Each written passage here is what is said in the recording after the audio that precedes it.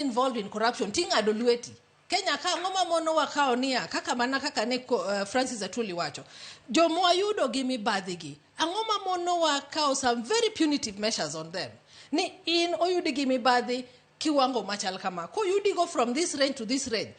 in mae e kaka wadhi deal kodi to ng'ama nigi kama mae kaka wadhi deal kodi tiyudo niya Kenya kae eni kokin corrupt to bende ok nyal ng'enyne iyudo ka jo sirikal giyudre ni gine magi mire tije gi gin giwegi nango mondo ka ngichope judiciary kacha to in gi joma Kenya wacho ni godfathers joma bo mi support mondo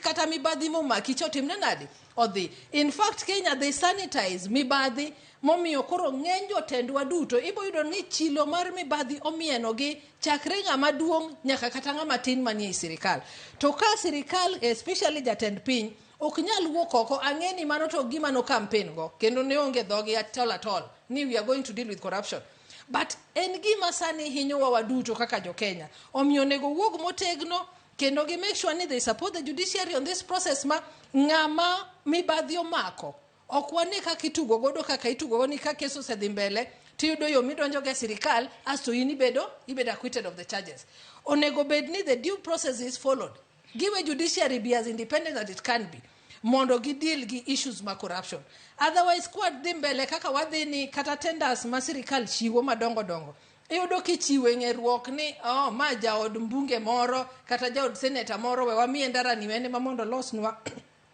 gik ma kamago